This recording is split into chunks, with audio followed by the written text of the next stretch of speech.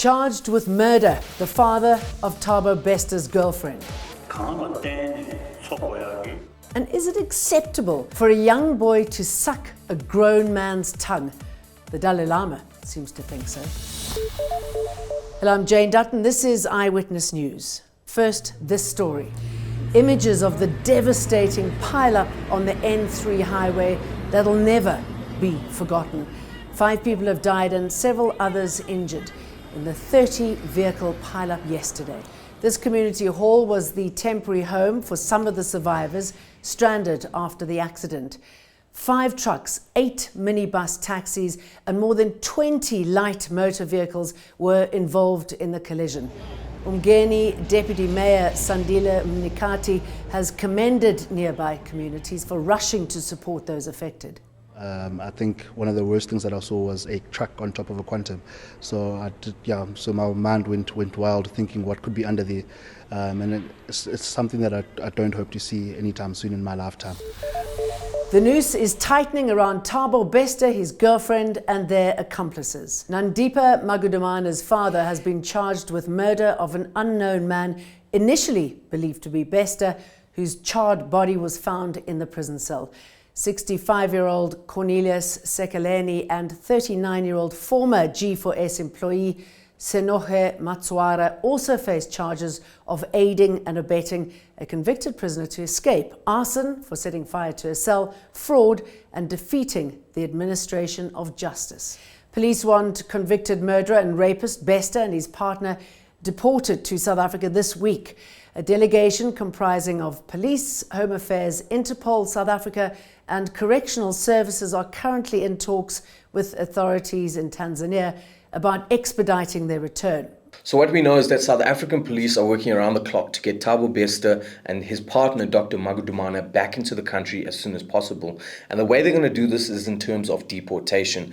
They have been actually quite clear in the sense that they would not be looking to extradite them, which includes their accomplice, a Mozambican national who's alleged to have been an accomplice in their crimes, back to South Africa by way of deportation and not extradition. We know that they're currently being detained in the Arusha Correctional Facility, and this is a place in Tanzania which it is believed where they were found. Parliament's Justice and Correctional Services Committee will begin their probe into Bester's escape tomorrow. Last week, the meeting was postponed after G4S, who ran the prison, didn't pitch. Parliament says the probe will commence with or without G4S. Justice Minister Ronald Lamola is expected to be called to Parliament to explain the bungle in the extradition of state capture masterminds Atul and Rajesh Gupta. Lamola revealed over the weekend that South Africa's extradition request was denied by the United Arab Emirates in February, but government was only informed of the decision last week. DA-MP Glenys Breitenbach has labelled the incident a national embarrassment. Inappropriate or innocent mistake. Anger is mounting over a viral video showing Tibet's spiritual leader kissing a young boy and then asking him to suck his tongue. The incident took place in February, but the Dalai Lama has only now issued an apology. In the letter, he states that he regrets the incident and that his intent was always innocent and playful. Back home, the EFF says the apology should not be accepted and that the Dalai Lama should be arrested.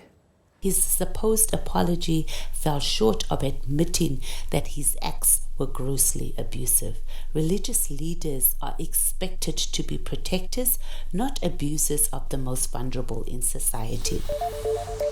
No justice yet in the Fort Hare murders. The matter against the 5 accused of the murder of 2 of the university's employees has been postponed until the 4th of next month for a formal bail application. Fleet manager Piet Roots and the Vice-Chancellor's bodyguard Mboneli Vesele were shot dead with the intended assassination of Sakela Buhlungu in January. There have been a number of corruption scandals at the university, and Police Minister Bheki Cele says this is just the start of arrests to be made. 3 of the 5 suspects are linked to the university, 2 are former employees, and 1 a former student. 5 suspects linked to the murder and attempted murder of several University of Fortes employees made their first court appearance this morning at the Alice Magistrates Court. The suspects were arrested over the long weekend by the South African Police Services. Former fleet manager Mr. Piet Rutz was gunned down on his way home from the university. And the Vice-Chancellor's personal protector, Mr. Mboneli Vesele, was gunned down right in front of the Vice-Chancellor, Professor Sakela Buhlungu's residence. The suspects are due back in court on the 4th of May for a formal bail application. We'll see you for more again tomorrow. Same time, same place. Like and subscribe. I'm Jane Dutton. This is Eyewitness News. Eyewitness News. In touch, in tune, and independent. For the latest, log on to ewn.co.za or ewn.mobi.